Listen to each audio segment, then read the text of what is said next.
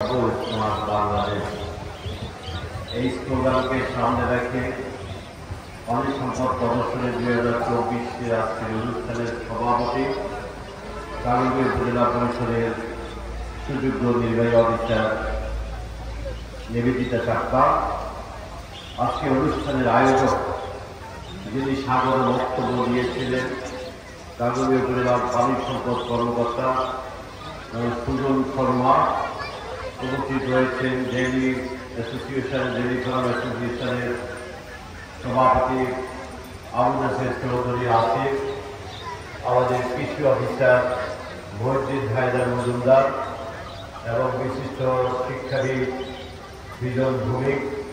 আজকের অনুষ্ঠানে রয়েছেন জনাব আমার জ্যেষ্ঠ ছোট ভাই ইকবাল সহ সামনে বসা সম্মানিত সাংবাদিকবৃন্দ, খামারিবৃন্দ, সুদীবৃন্দ, আসসালামু আলাইকুম। আসলে আজকের এই দিন যখন আসে, আমরা গত বছরে এভাবে মেলা করেছি, এইবারও আমরা মেলা করছি। আমি গভীরভাবে লক্ষ্য করেছি গত বছর মৌসুমটা এমন এক ভালো ছিল, সেখানে অনেক বড় বড় গরু সহ আরো অনেক বেশি স্টল এসেছিল, অনেক দর্শনীয় দেখার মতো অনেক প্রাণী এখানে এসেছিল। আজকে আমি দেখলাম আমার বাণিজ্যিক যে পাখিগুলো দেখা যাচ্ছে, আমাদের গ্রামে বাণিজ্যিকভাবে এই পাখিগুলো আছে, আমার নিজেরও জানা ছিল না। আরেকটি স্টলে আমি দেখলাম যে ইটালিয়ান না কোন দেশ থেকে, রাশিয়ান থেকে বিড়াল এনেছে, দুইটা বিড়াল দেখলাম। বাংলাদেশের দাগনভূঞার মতো মফস্বল উপজেলায় বিদেশি বিড়ালের চাষাবাদ হয়, বাণিজ্যিকভাবে চিন্তা ভাবনা করা হয়, এটাও কখনো চিন্তা করা আমাদের জন্য কঠিন কাজ ছিল।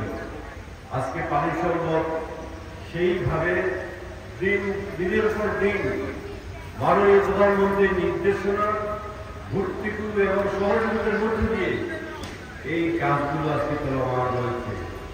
আমি একটু বুঝি, শিক্ষা শাস্ত্রের পাশাপাশি বর্তমানে বাংলাদেশ সরকার কৃষি এবং পানি সম্পদ বিভাগকে অনেক বেশি বেশি গুরুত্ব দিয়ে যাচ্ছে।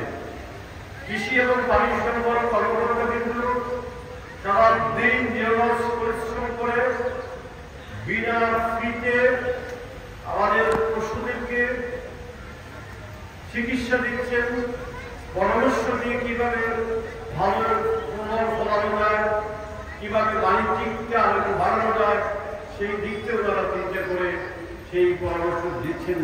তাদের এই পরিশ্রমের জন্য তাদের প্রতি আমি কৃতজ্ঞতা প্রকাশ করছি।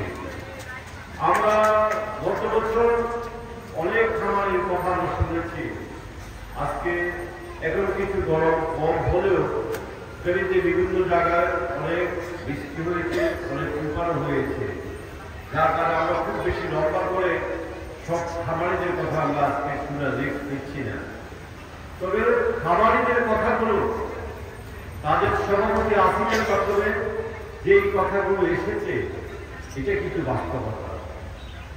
আমি সরকারের একটি অংশ হলেও সুজনতা তান্ত্রিক শর্মা সাহেব হয়তো বলতে পারবেন না, ইউনূস সাহেব হয়তো বলতে পারবেন না, কিন্তু আমাকে বলতে হবে, আমি বলতে পারবো, যেহেতু আমি জনপ্রতিনিধি। আমি সরকারের দৃষ্টি আকর্ষণ করছি যে এখন আমি আজকে এই ধরনের অফিসে গিয়েও আমি সরকারের যথাযথ মন্ত্রণালয়ে এটা চিঠি লিখব। আসলে সরকার যেটা চাচ্ছে যে আমাদের প্রাণী সম্পদের উপর নিজেরা যাতে আমরা নিজেদের উৎপাদিত প্রাণী সম্পদের উপর নিজেরা দাঁড়াতে পারি, সেই হিসেবে কিন্তু যারা খামারি আছেন তারা কিন্তু খামারের যে পশুর খাদ্যটা সেই মূল্যে কিন্তু পাচ্ছে না। এটা কিন্তু সত্য কথা।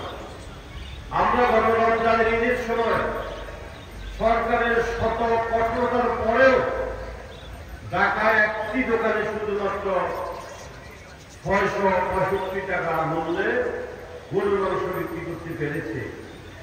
আমাদের ফেনী 2 আসনের মাননীয় সাংসদ নিজাম হাজারী মহোদয় ফেনীর সকল যারা গরু জবাই করেন তাদের সাথে বৈঠক করেছেন, তাদের অনুরোধ করেছেন সরকার 665 টাকা মূল্যে প্রতি কেজি ঈদ উপলক্ষে মাংস বিক্রি করতে চায়, আপনারা সেটা করুন।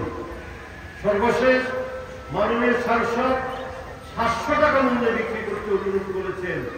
তারপরেও খামারিরা কিংবা যারা আমরা আমাদের বাংলা ভাষা যেটাকে আমরা কথাই বলি, যারা জবাই করেন বিক্রি করেন, তারা রাজি হননি। যারা বলছেন 700 টাকা বিক্রি করলো আমাদের কিনার সাথে বিক্রির সাথে আমাদের পোষাবে না, আমাদের লস করে।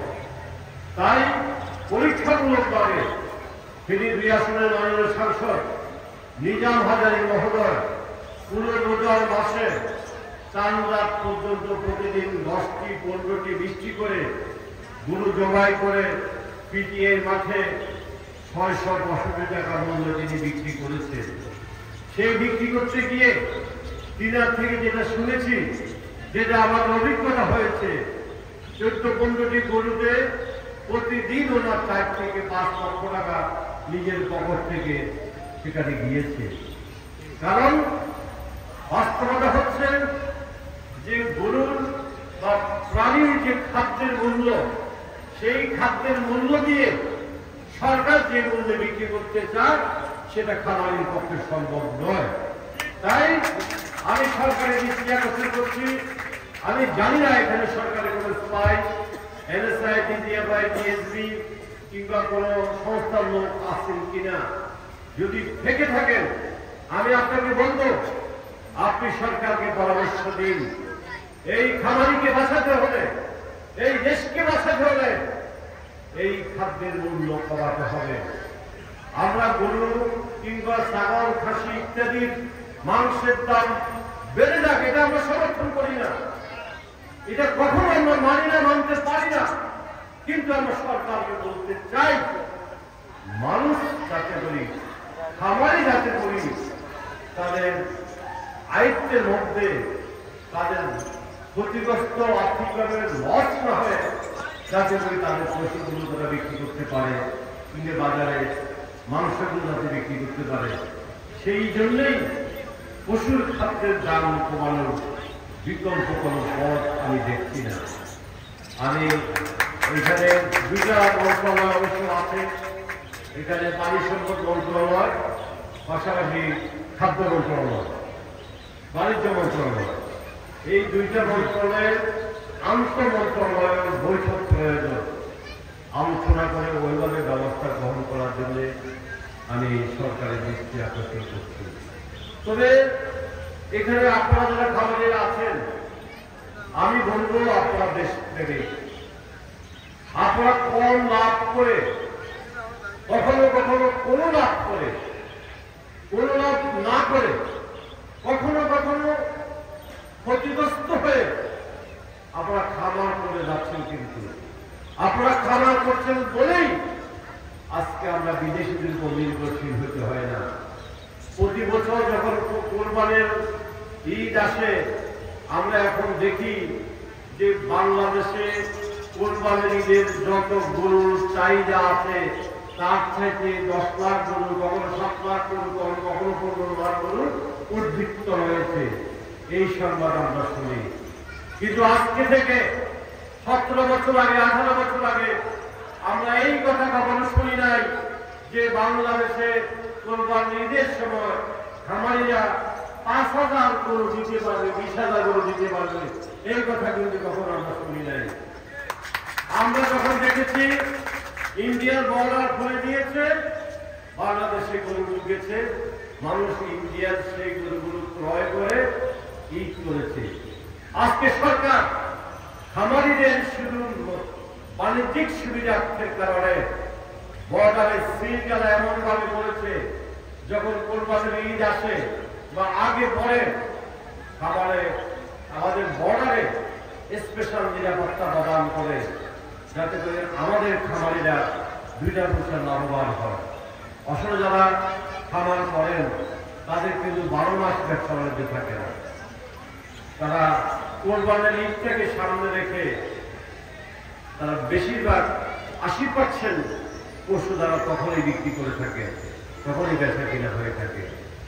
তাই আমি আজকের খামারিদেরকে বলবো, আমি আমাদের অত্যন্ত দক্ষ আঞ্চলিক প্রাণী সম্পদ কর্মকর্তা সুজন শর্মা মহোদয়কে আমি বলবো, আপনি আপনার ডিপার্টমেন্টের উচ্চ পর্যায়ে আপনি এই মেসেজ জানান যে খামারিদের টিকে রাখতে হলে তাদের পাশে ভর্তুকি নয়, ভর্তুকি দিয়ে টিকে রাখা যাবে না, দাম কমিয়ে টিকে রাখা যাবে।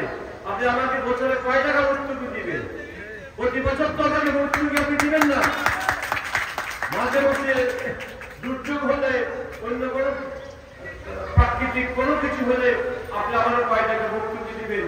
এই ভর্তুকি দিয়ে কিন্তু এক সপ্তাহ আমার পশুর খোরাক কিন্তু এক সপ্তাহ খোরাক কিন্তু মিলবে না। তাই আমি চাই, আমি সরকারের দিকে কি আকর্ষণ করছি, মন্ত্রণালয়ের দৃষ্টি আকর্ষণ করছি, এই খাদ্যের দাম কমানো হোক এবং এখানে প্রয়োজন পেলে আরো বেশি করে জনবল নিয়োগ করা হোক। যা জনবল নির্ধারিত কোটা আছে, কোটা তো নাই, কিছুটা কম আছে, সেগুলো পূর্ণাঙ্গভাবে দেওয়া হোক। কারণ এই দেশের মানুষ বাস্তবে খাইতে হলে আমাদের কৃষির উৎপাদন লাগবে, আমাদের ক্ষেত কামারের উৎপাদন লাগবে, আমাদের পশুর উৎপাদন লাগবে। তা না হলে মানুষ কি দিয়ে খাবে? কি খাবে মানুষ? মানুষ বাস্তবে খাইতে হলে এই সমস্ত সেক্টরগুলোতে আমাদের উৎপাদন বাড়াতে হবে। আর উৎপাদন বাড়াতে হলে যারা উৎপাদন করে তাদের পাশে সার্বক্ষণিক প্রতিনিয়ত সরকার থাকতে হবে, সরকার সহযোগিতা করে দিতে হবে। আমি আমাদের আজকের এই খামারিরা, আপনারা অনেকে লক্ষ্য করেন নাই, এদিকে মিটিং চলতেছে, বক্তৃতা শুনছেন, অন্যদিকে একটা গরু রয়েছে অনেক বড়, সেই গরুটাকে 4 জনের কন্ট্রোল করতে পারতেছে না, ওখানে বাসটা সব ভেঙে ফেলেছে। পরে আমি কৃষি প্রাণী সম্পদ কর্মকর্তা মহোদয়কে বললাম, এই গরুটাকে বাইরে আপনি একটা গাছের সাথে বাঁধেন, নতুবা তাকে এখানে নিয়ন্ত্রণ করা খুব কঠিন হবে। এইরকম খামারের গরু আমাদের উপজেলায় শুধু কয়েকশো নয়, হাজারের চেয়েও বেশি গরু কিন্তু আমাদের নারায়ণগঞ্জ উপজেলা আছে। আমরা বিভিন্ন খামারে গিয়ে যেভাবে দেখি, এখানে আনা নেওয়ার ঝামেলা এবং একটা গরুর পিছনে 4 থেকে 5 জন তাকে ধরে কন্ট্রোল করার জন্য রাখা লাগে, সেজন্য হয়তো অনেকে আনেননি। কিন্তু উৎপাদন করছে, খামারিদের হাজারো কষ্ট হলেও, লাভ না হলেও, কখনো কখনো আর্থিকভাবে লস হলেও তারা তাদের এই পেশাটাকে ধরে রাখছে।